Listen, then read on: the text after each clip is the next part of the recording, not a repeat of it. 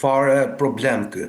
Për ne mendojmë se demokracia nuk është vetëm demokraci institucionale, nuk është demokraci zyrash, nuk është demokraci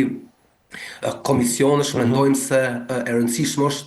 edhe themeli i demokracisë janë qytetarët që zgjohen, janë qytetarët që bëjnë oponencë, janë qytetarët që dalin në rrugë, janë qytetarët që i çlirojnë shqisat, që shohin për ditë qartë më qartë, që dëgjojnë për ditë mirë më mirë dhe arrin që t'i kuptojnë këto dallaveret e vogla, cilat kanë bërë një dëm të madh në vendin tonë. Edhe deputetin Redi Muqi që e nxorëm ne kemi nxjerrë me fuqitë tona, kemi nxjerrë me forcat tona, nuk kemi nxjerrë në asnjë në sajt asnjë ligji elektoral, në sajt në asnjë manovre elektorale dhe formaliste, por duke besuar tek qytetarët dhe duke punu atje poshtë bashkë me ta. Ne sigurisht që kemi zgjedhur edhe rrugën parlamentare për të funksionu politikisht, por ne nuk besojmë, edhe kjo na dallon besoj edhe nga forcat e tjera politike, ne nuk besojmë vetëm tek rruga parlamentare, ne besojmë edhe tek rruga e drejt për drejt, tek demokracia drejt për drejt direkte edhe me pjesëmarrje. Dhe kështu ata mund bëjnë çfarëdo lloj pazari dhe marrëveshje duan brenda parlamentit, ne do jemi jashtë parlamentit tek dera e parlamentit për t'i kontestuar ata. Ama duhet jemi të qartë se qoftë ligji i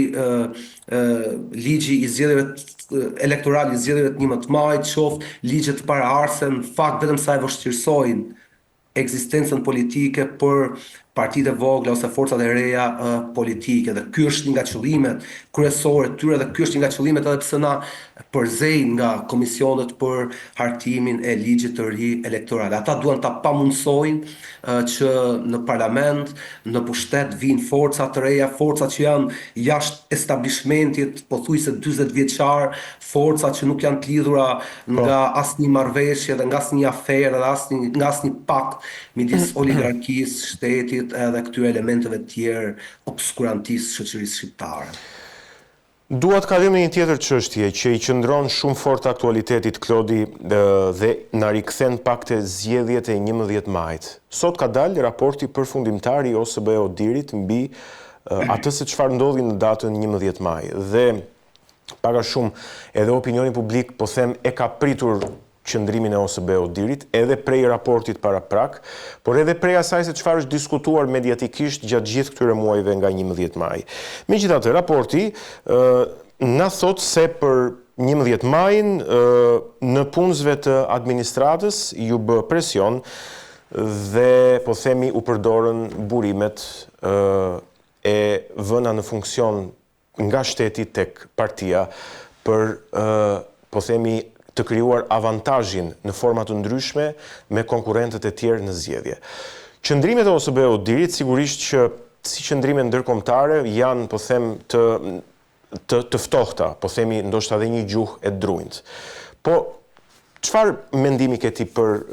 këto qëndrime të OSBE Odirit në raport me zgjedhjet?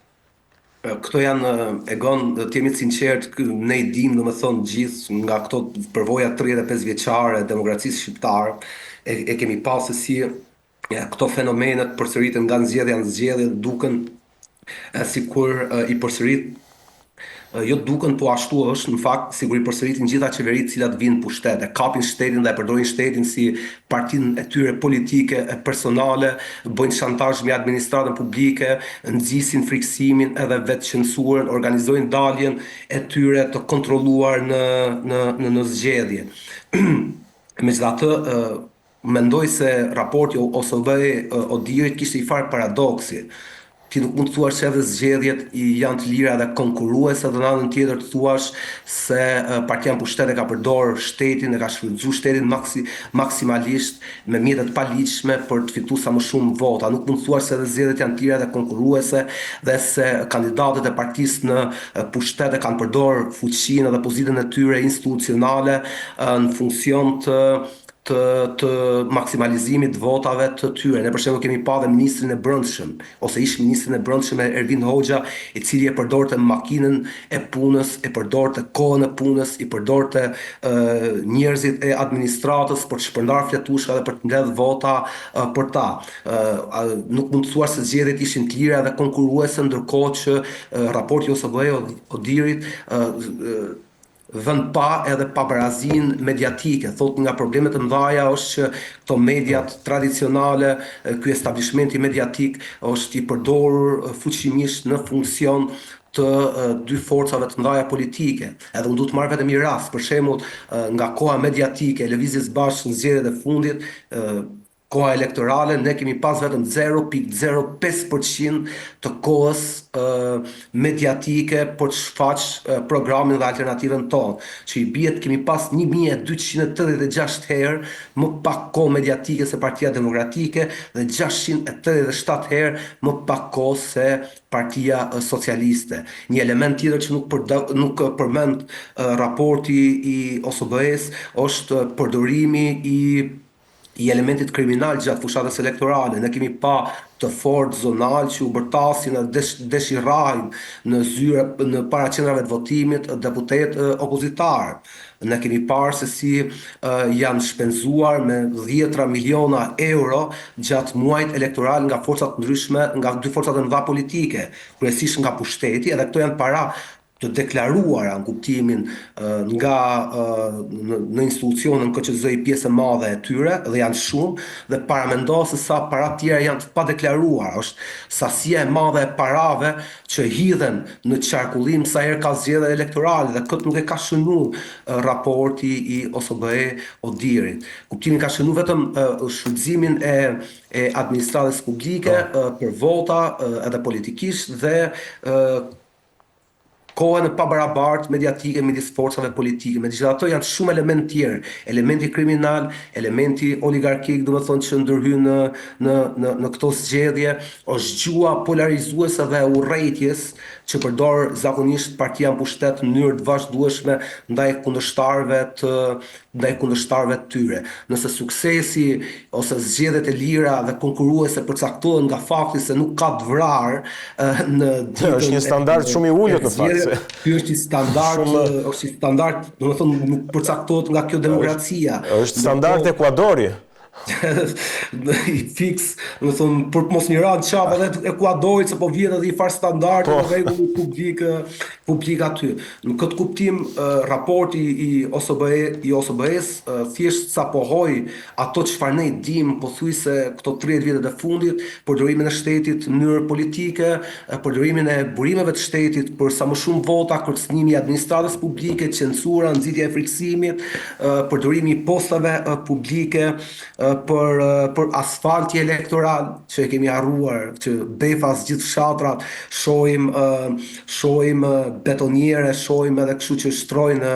shtrojnë asfalt nëpër fshatrat caktuar. Madje ironia është në lagjen time për shkak ditën e zgjedhjeve, një ditë para zgjedhjeve kur supozohet kishte heshtje elektorale, dëgjoj kudo heshtja makinerive të shtetit që shtronin asfalt elektoral, blerja e votës që është problem kryesisht në periferi dhe ne kemi pas precedent shumë dhe edhe gjyqe kur kemi pasur se janë përfshirë në blerjen e votës, kemi pasur edhe dënime kryebashkiakësh kryesisht në periferi. Mendoj unë se situata shumë më problematike dhe shumë më serioze dhe shumë më e errët se sa e paraqet raporti në fakt, i OSBE-s. Jo, pyetja ime është ndërkombëtarët me organizmat e tyre që nxjerrin këto raporte, të cilat po themi edhe pse me një gjuhë të drujtë dhe shumë më pak se sa kritikat që forcat opozitare i bëjnë realitetit zgjedhor.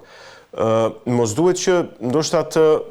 nxisin edhe mekanizmat për të ndryshuar gjërat të cilat ato i paraqesin në raportet e tyre, se ndryshe çfarë vlere ka që ti çdo 2 vite, sa herë ka zgjedhje qendrore dhe zgjedhje vendore, nxjerr të njëjtat gjëra vazhdimisht pa asnjë produktivitet në fund. E drejtë është po, sidoqoftë edhe ndryshimi edhe forcimi i demokracisë nuk mund të vijë nga organizmat ndërkombëtare, ata mund të japin sugjerime, ata mund të jenë më të sinqertë edhe me bëj pasqyrim edhe më të thellë të problematikave në zgjedhjet elektorale që ndodhin këtu, edhe fakti se ata raportojnë të njëra problematika, mendoj se nuk është faji atyre, po është faji i dy forcave të mëdha politike, të cilat kanë 30 vite që e marrin pushtetin me të njëjtën mekanizma, e marrin pushtetin me të njëjtën mënyrë, e marrin pushtetin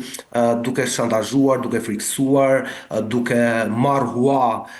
miliona euro nga elementi oligarkik dhe elementi kriminal, duke përdor frikën, duke përdor të fortët e zonave të periferive, duke ble votat, duke marrë këto listat e këtyre njerëzve me asistencë sociale dhe me kemp, edhe duke u shku në darkë vonë tek shtëpitë e tyre për t'ju ble votat. Ajo që tregon raporti OSBE-s është në fakt se realiteti politik në vend nuk ka ndryshuar absolutisht fare. Pavarësisht se kemi kryeministër i cili mburret gjithkohës se Shqipëria po bën hapa serioz para si shtet, të jemi në prag të antarësimit të Bashkimit Evropian. Para mendo, një shtet, imagjino nëse ne integrohemi në Bashkimin Evropian dhe kemi një shtet ku blihen zgjedhje, ku përdoren të fortët e lagjeve, ku i shkohet fukarajt në 12 natës në shtëpi për t'i bler votën. Qartë. Klodi, unë dua të flasim pak bashkë edhe për një tjetër çështje që është bërë shumë e madhe në opinionin publik, është midis skandalit dhe misterit të pasqaruar sa i takon, po themi, kompanive të përfshira në këtë aferë. E kam fjalën për aeroportin e Vlorës. Dhe duke qenë se është një çështje që jo shumë kohë më parë ka përfshirë gjithashtu edhe organizatat mjedisore për vendin ku ai aeroport po bëhet, aty në pranë lagunës së Nartës, në zonën ligatinore, ndryshe. Por gjithashtu edhe për mënyrën se si është tenderuar, për faktin se kush e ka marrë, e të tjerë. Çfarë analize keni bërë ju si lëvizje bashk, po themi, për këtë çështje? Është rasti i aeroportit Vlorës është rasti më konkret e gon se si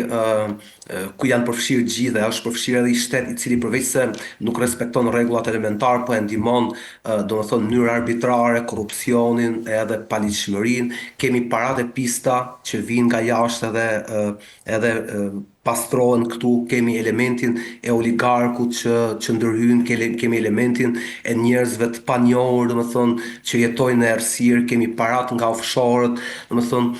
kemi mungesën e rregullave elementar, shkeljen e procedurave, shkeljen e ligjeve për i vepër infrastrukturore, kemi se si veprat e rëndësishme infrastrukturore të vendit tonë po jepen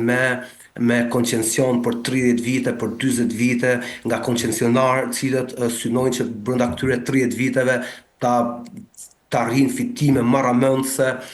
stratosferike, të shmendura në kurriz të infrastrukturës publike, në kurriz qytetarëve shqiptar. Edhe kjo është rasti më konkret se si Shqipëria është kthyer në një lavatriçe ku çdo kush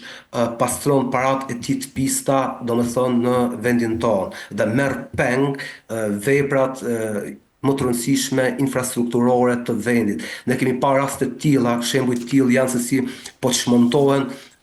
dy portet më historike të Shqipërisë, porti i Vlorës dhe porti i Durrësit, për t'u dhënë për ndërtim, për kantiere ndërtimi, oligarkëve, për t'u dhënë njerëzve që duan të pastrojnë paratë e tyre të pista, për t'u dhënë, kemi pa edhe se si autostrada, se si aeroporte u kanë dhënë në mënyrë monopolistike oligarkëve të mëdhenj në vend. Kemi autostradën Thuman, Tiranë, me thonë që ka i kosto të fryrë, ka i kosto arbitrare, ka i kosto, me thonë që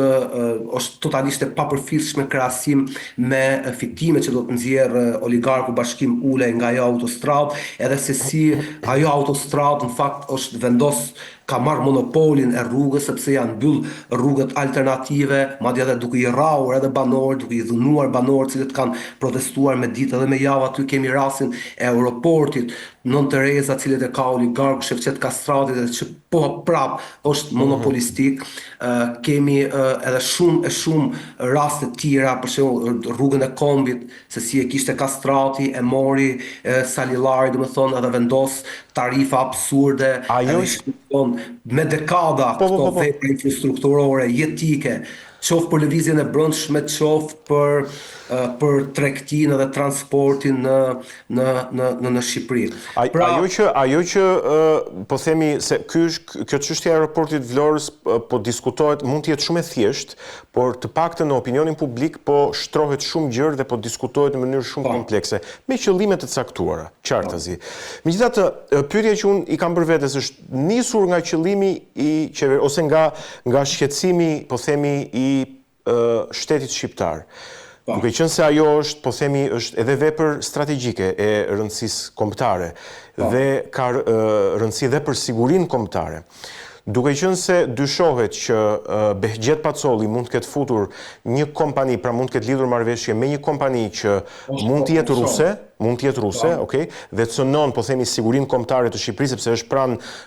aeroportit të NATO-s në Kuçov dhe pranë detit Adriatik përballë bazave të NATO-s në Itali. Pse shteti shqiptar se ka ndërtuar vetë këtë vepër të rëndësisë kombëtare dhe të sigurisë kombëtare? Kaq e thjeshtë është pyetja, pse duhet të fusë Behgjet Pacolli në lojë? Është qeqarake se si, do të thonë,